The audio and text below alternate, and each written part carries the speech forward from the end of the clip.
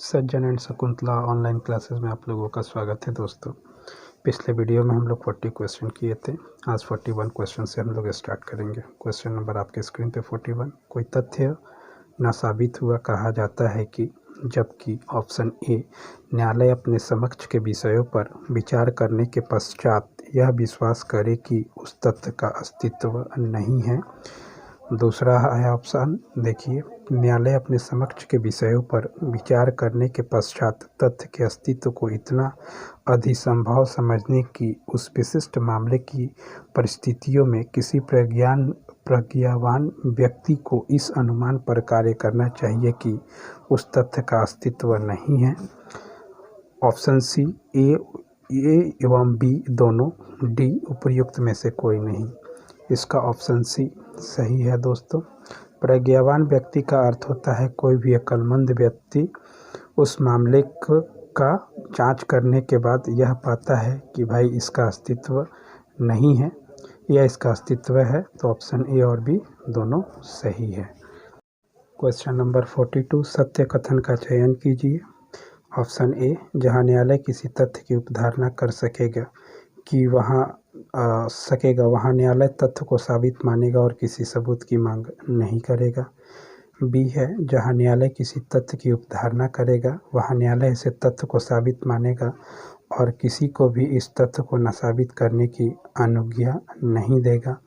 सी, जहां किसी इस अधिनियम द्वारा एक तथ्य किसी अन्य तथ्य का निश्चायक घोषित किया गया है वहां न्यायालय उस तथ्य के साबित हो जाने पर उस अन्य को साबित मानेगा और उसे न साबित करने के प्रयोजन के लिए साक्ष्य दिए जाने की अनुज्ञा नहीं देगा।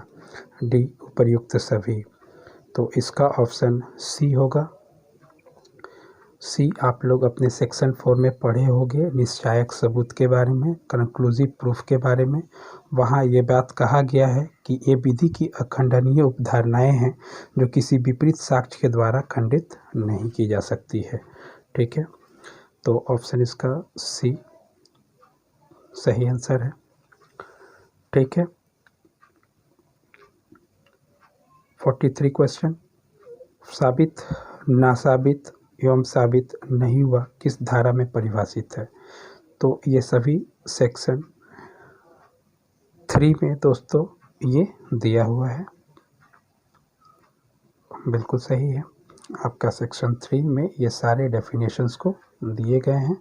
आप बेयर एक्ट को लेकर के दोस्तों पढ़े, वहाँ ये आपके सारे मिल जाएंगे। क्वेश्चन नंबर 44, निम्नांकित में से किसको साबित करना आवश्यक होगा। ए, भारत के राज्य क्षेत्र में लागू सभी विधियां। बी, बैंकों का ऋण संबंधी रिकॉर्ड। यूनाइटेड किंगडम की संसद द्वारा पारित समस्त पब्लिक अधिनियम। डी, भारतीय सेना के लिए युद्ध की नियमावली। तो नियमावली, विधियां, ठीक है, और अधिनियम को साबित करने की आवश्यकता नहीं होती है। तो इसका ऑप्शन बी होना चाहिए। बैंक का ऋण संबंधी रिकॉर्ड को आपको साबित करने की आवश्यकता होगी।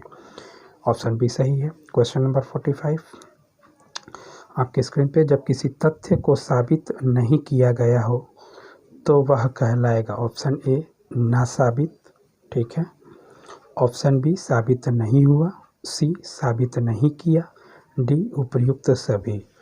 तो इसका ऑप्शन होना चाहिए दोस्तों साबित नहीं हुआ।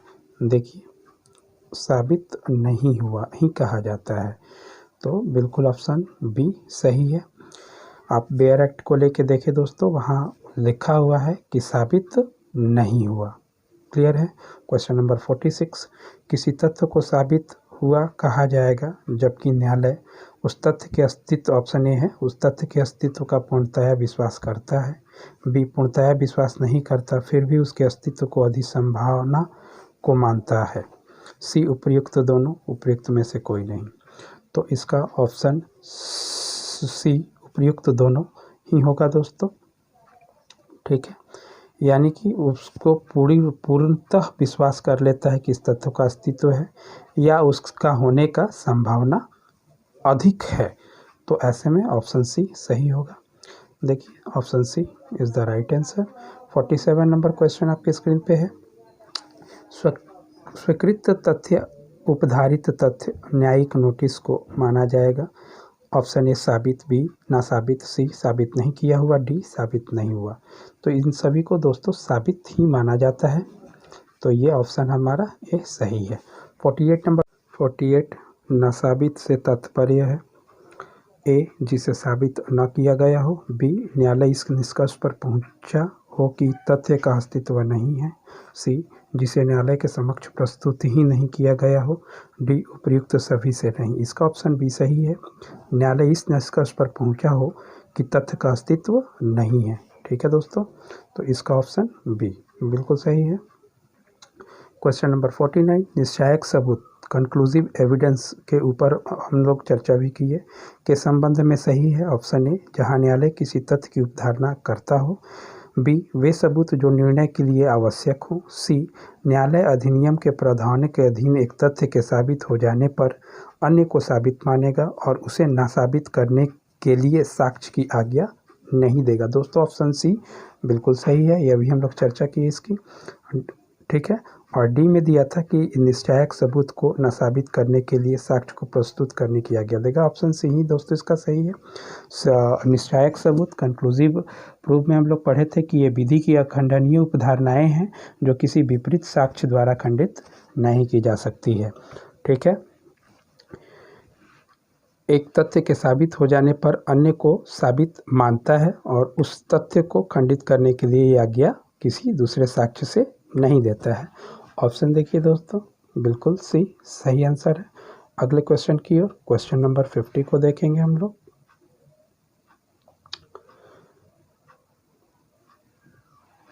क्वेश्चन नंबर 50 आपकी स्क्रीन पे है। सूची 1 को सूची 2 के साथ सुमेलित कीजिए और सूचियों के नीचे दिए गए कूट का प्रयोग करके सही उत्तर चुनिए।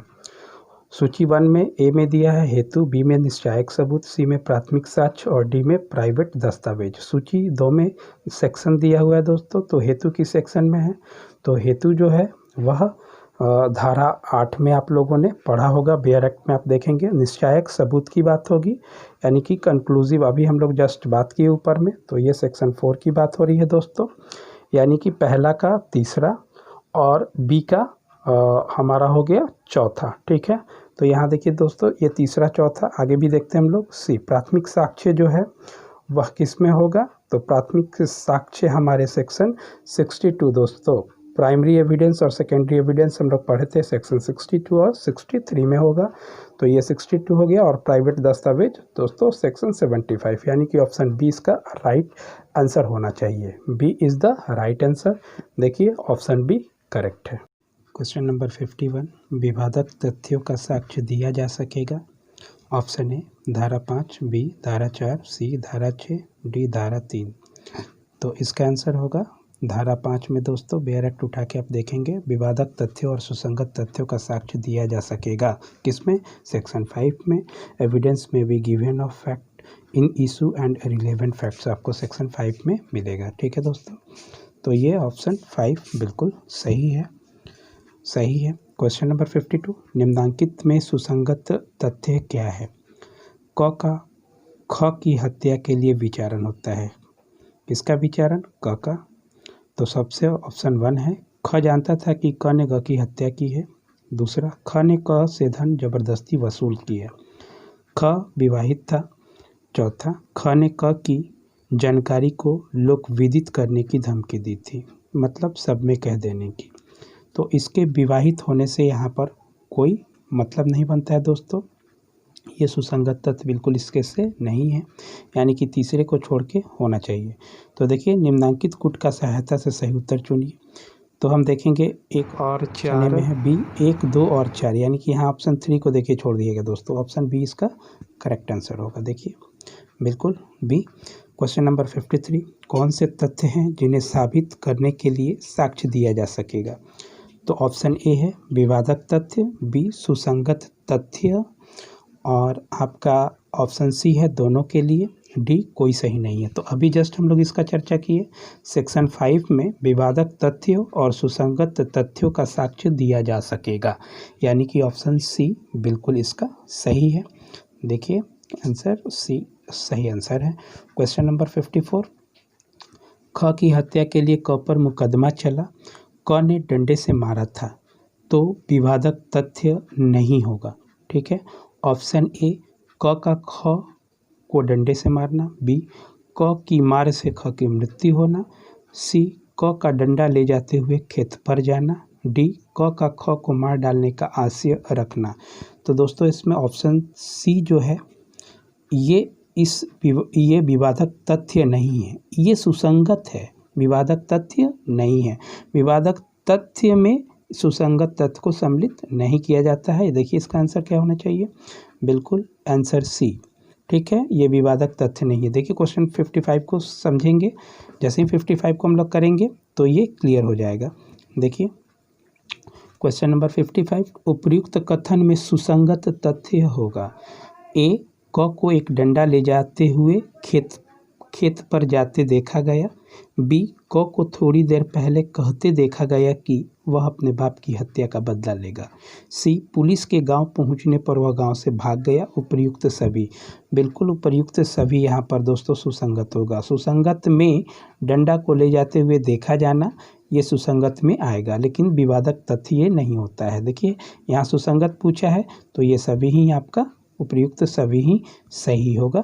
ठीक है, क्वेश्चन नंबर 56, बी को पीटकर उसकी हत्या करने का ए अभियुक्त है। इस मामले में सुसंगत तथ्य कौन सा है? ऑप्शन ए पिटाई के समय ए या बी द्वारा जो कुछ भी कहा गया, ऑप्शन बी पिटाई के समय पास खड़े लोगों द्वारा जो कुछ भी कहा गया, सी पिटाई के तुरंत बाद ए ने जो कुछ भी किया, डी उपर्युक्त सभी। तो दोस्तों ये उपर्युक्त सभी ही इसके आंसर होंगे, सुसंगत होंगे। क्वेश्चन नंबर 57, निम्न में से किस वाद को लेमिंगटन रोड शूटिंग षड्यंत्रवाद के रूप में जानते हैं? इसका आंसर होगा मिर्ज़ा अकबर बनाम किंग एम्पेरर। इसको याद कर लेना है दोस्तों, ऑप्शन डी। क्वेश्चन नंबर 58, रेस जेस्टी या रेस गेस्टी भी इसको बोलते हैं दोस्तों। तो रेस जेस्टे का अभिप्राय है, तो सबसे पहले हम लोग रेस जेस्टे किसे कहते हैं ये हम लोग समझ लेते हैं। भारतीय साक्ष्य अधिनियम 1872 की धारा 6 में व्यक्त सिद्धांत को रेस जेस्टी कहते हैं। ये सेक्शन कौन सा है दोस्तों? 6।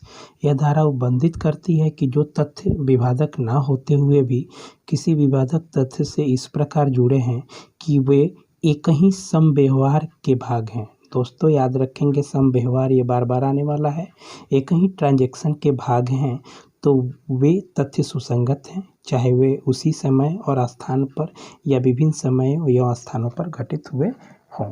यानी कि दोस्तों 58 क्वेश्चन की बात हो रही है रेस जेस्टे, तो इसको हम लोग एग्जाम्पल से समझते हैं, ज़्यादा समझ में आएगा। अ ब स द पर यह आरोप है कि उन लोगों ने षड्यंत्र करके क तथा उसकी पत्नी की हत्या की है।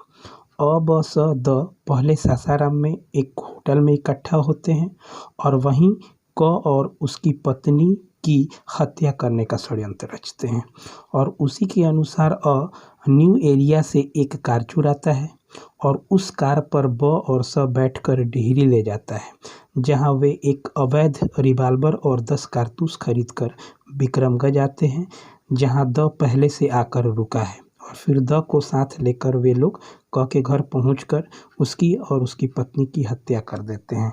यहाँ अ ब स द के सभी कार्य एक ही समव्यवहार के रूप में है दोस्तों, हत्या का भाग है ये, यद्यपि वे भिन्न भिन्न स्थानों और समय पर हुए थे। ये सभी भिन्न भिन्न स्थानों से हैं। रेस जेस्टी का मतलब यही होता है।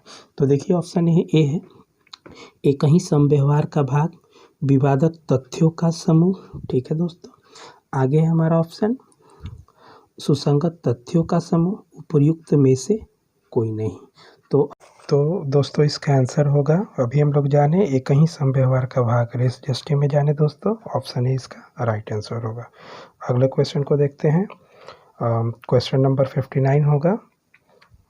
देखिए दोस्तों 59, रेस जेस्टे के रूप में कौन सा साक्ष्य ग्राह्य हो सकता है? ऑप्शन ए घटना के बहुत समय बाद किए गए कथन, बी, बलात्कारी के बारे में अभियोगी द्वारा उसके साथ किए गए बलात्कार के बारे में घटना के कुछ समय पश्चात किया गया कथन। सी, अपराध किए जाने के स्थान और समय पर अभियुक्त द्वारा किया गया कथन। डी, उपयुक्त में से कोई नहीं। रेस जस्टिस के बारे में जाने लोग दोस्तों, ऑप्शन सी इसका सही आंसर होना चाहिए, अपराध के किए जाने के स्थान और समय पर अभियुक्त द्वारा किया गया कथन। ठीक है, देखिए आंसर सी सही है। क्वेश्चन नंबर 60, निम्न में से कौन सा वाद रेस जस्टिस सिद्धांत से संबंधित नहीं है? तो रेस जस्टिस सिद्धांत से संबंधित नहीं है दोस्तों, तो याद रखिए आर बनाम फोस्टर, आर बनाम क्रिस्टी ऑप्शन बी, सी पाकला नारायण बनाम किंग एम्पायर, डी आर बनाम वेंडिंग फील्ड। तो दोस्तों इसमें केवल पाकला नारायण बनाम किंग एम्पायर जो है रेस जस्टिस सिद्धांत से संबंधित नहीं है, इसको आप लोग को याद कर लेना है, ये वाद उससे संबंधित नहीं है दोस्तों। ऑप्शन सी बिल्कुल सही आंसर है।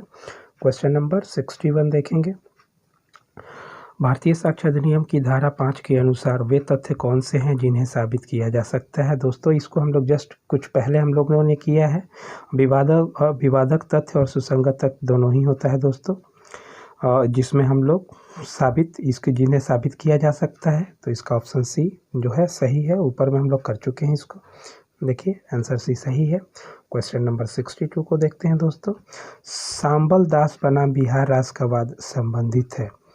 तो याद रखिएगा दोस्तों, सांबल दास बनाम बिहार राज्य जो है ये वाद रेस जस्टिस के लिए इम्पोर्टेंट है दोस्तों। ऑप्शन बी इसका राइट आंसर होगा, बिल्कुल सही है बी। क्वेश्चन नंबर 63 देखेंगे दोस्तों हम लोग, साक्ष्य अधिनियम के किस उपबंध में उसी समव्यवहार का भाग बनना शब्दों का प्रयोग हुआ है? दोस्तों अभी हम लोग जस्ट पढ़े हैं कि धारा 6 में ये बात रेस जस्टिस की होती है जिसमें समव्यवहार आता है, तो धारा 6 के अंतर्गत होगा दोस्तों। अभी जाने हम लोग आगे। क्वेश्चन नंबर है देखिए ऑप्शन बी इसका एकदम राइट आंसर है, यहाँ दिया हुआ है दोस्तों बी। 64 है, कोई कार्य एक समव्यवहार के भाग हेतु आवश्यक नहीं है। एक ही समव्यवहार के भाग हेतु आवश्यक नहीं है। समय का सामीप्य, बी स्थान की एकता, सी कार्य सातत्य, डी समान आशय। दोस्तों इसमें समान आशय का होना आवश्यक नहीं है तो ठीक है, और नहीं भी है तो ये कोई ज़रूरी नहीं है। ऑप्शन क्या है? डी राइट आंसर है। क्वेश्चन नंबर 65 देखते हैं, क एक सशस्त्र विप्लव में भाग लेकर जिसमें संपत्ति नष्ट की जाती है, फौजी पर आक्रमण किया गया है, जेल तोड़कर खोली जाती है, भारत सरकार के विरुद्ध युद्ध करने का अभियुक्त है, लेकिन क उन सभी घटनाओं में उपस्थित नहीं रहा है, फिर भी उपर्युक्त तथ्यों का घटित होना सुसंगत नहीं है। ऑप्शन ए बी सुसंगत है, सी कोई प्रावधान नहीं है, डी इनमें से कोई नहीं। दोस्तों ये सुसंगत होगा। अगर वो भाग नहीं भी लेता है लेकिन किसी भी तरह से वो उस उपद्रव में सहायता की है। सशस्त्र विप्लव का मतलब होता है दोस्तों देश या राज्य के विरुद्ध उपद्रव में भाग लेना, तो अगर उसमें कहीं से उसने सहायता की है तो ये सुसंगत होगा। ऑप्शन बी इसका राइट आंसर है। क्वेश्चन नंबर 66, कथन समव्यवहार के भाग होते हैं, असत्य कथन बताइए। देखिए कथन समव्यवहार के भाग होते हैं, आपको असत्य कथन बताना है। ऑप्शन ए है कथन राय के रूप में होना चाहिए, तथ्य का नहीं। ऑप्शन बी है कथन समव्यवहार के भाग लेने वाले घटनास्थल पर उपस्थित व्यक्ति का होना चाहिए। सी कथन समव्यवहार के दौरान या तुरंत पूर्व या तुरंत पश्चात होना चाहिए। डी कथन का मुख्य घटना से संबंध होना चाहिए। ऑप्शन ए दोस्तों इसमें जो है असत्य कथन है, बाकी सभी जो है हमारे सत्य हैं। देखिए बिल्कुल सही है। क्वेश्चन नंबर 67 को देखेंगे, रेस जस्टिस के सिद्धांत को किस धारा में सन्निहित किया गया? अभी आप लोग जानते हो, बता सकते हो। आंसर क्या है इसका? धारा 6। ठीक है दोस्तों, देखिए रेस जस्टिस में अभी आप लोगों ने पढ़ा। क्वेश्चन नंबर 68, भारतीय साक्ष्य अधिनियम की किस धारा में यह उपबंधित है कि तथ्य जो एक ही समव्यवहार के भाग हैं सुसंगत हैं? फिर से क्वेश्चन को एक बार रिपीट करते हैं, भारतीय साक्ष्य अधिनियम की किस धारा में यह उपबंधित है कि तथ्य जो एक ही समव्यवहार, दोस्तों समव्यवहार की बात हो रही, ट्रांजैक्शन, तथ्य जो एक ही समव्यवहार के भाग होते हैं वो क्या होते हैं? रेस जस्टिस। और रेस जस्टिस किस में आता है दोस्तों? ऑप्शन 6 धारा 6 में। तो देखिए इसका आंसर जो होगा दोस्तों वो धारा 6 होना चाहिए। बिल्कुल राइट आंसर है। क्वेश्चन नंबर 69 का एक सशस्त्र विप्लव में भाग लेकर जिसमें संपत्ति नष्ट की जाती है, फौजों पर आक्रमण किया जाता है और जेल तोड़कर खोली जाती है, भारत सरकार के विरुद्ध युद्ध करने का युक्त है, चाहे क उन सभी में उपस्थित नहीं रहा हो, फिर भी इन तथ्यों का गठित होना सुसंगत है। क्योंकि अभी जस्ट इस क्वेश्चन को दोस्तों ऊपर हम लोग पढ़े थे, लेकिन थोड़ा इसका ऑप्शन अलग है। देखिए, ए वे सुसंगत तथ्य का हेतु गठित करते हैं। बिल्कुल नहीं दोस्तों, वो हेतु गठित नहीं करता है। वे सुसंगत तथ्यों की तैयारी दर्शित करते हैं। बिल्कुल नहीं। सी वे सुसंगत तथ्यों के परिणाम हैं। बिल्कुल नहीं। डी वे साधारण समव्यवहार के भाग हैं। बिल्कुल वो समव्यवहार का एक भाग है। क भले ही उन सभी स्थानों पर उपस्थित ना रहा हो, लेकिन उन उपद्रव को भड़काने में उसने क्या किया, सहायता किया, तो समव्यवहार का क्या है, एक भाग है। तो इसका आंसर डी होगा, बिल्कुल सही है। क्वेश्चन नंबर 70 दोस्तों, प्रश्न यह है कि क्या ख ने अमुक माल क को परिदत्त किया था, वह माल अनुक्रमशः कई मध्यवर्ती व्यक्तियों को परिदत्त किया था। मतलब बीच में बहुत सारे लोगों को वह परिदत्त किया गया था। हर एक परिधान ऑप्शन ए सुसंगत तथ्य है, बी एक ही समव्यवहार में होने के कारण सुसंगत है। ठीक है दोस्तों, सी धारा 6 में सुसंगत है। ये सभी रेस जस्टी की बात हो रही है। सुसंगत तथ्य है, एक ही समव्यवहार में होने के कारण सुसंगत है, और ये सभी किसमें, धारा 6 में आप रेस जस्टी के बारे में पढ़े हो। तो उपर्युक्त सभी कथन सत्य है दोस्तों। इसका आंसर बिल्कुल डी होगा। उपर्युक्त सभी कथन में ये कथन सत्य है, आंसर डी। तो दोस्तों इस तरह से आज हमने क्वेश्चन 70 तक कंप्लीट किया है। अगले वीडियो में हम लोग 100 क्वेश्चन तक इस भारतीय साक्ष्य अधिनियम का हम लोग कंप्लीट कर जाएंगे दोस्तों। तो दोस्तों आप लोगों से विनम्र निवेदन है कि आप लोग हमारे वीडियो को लाइक करें, अपने फ्रेंड के साथ शेयर करें और हमारे चैनल को सब्सक्राइब करें, ताकि मैं इस तरह से क्वेश्चन को लेकर के, इम्पॉर्टेंट क्वेश्चन को लेकर के आपके एग्ज़ाम के लिए लगातार आता रहूं दोस्तों।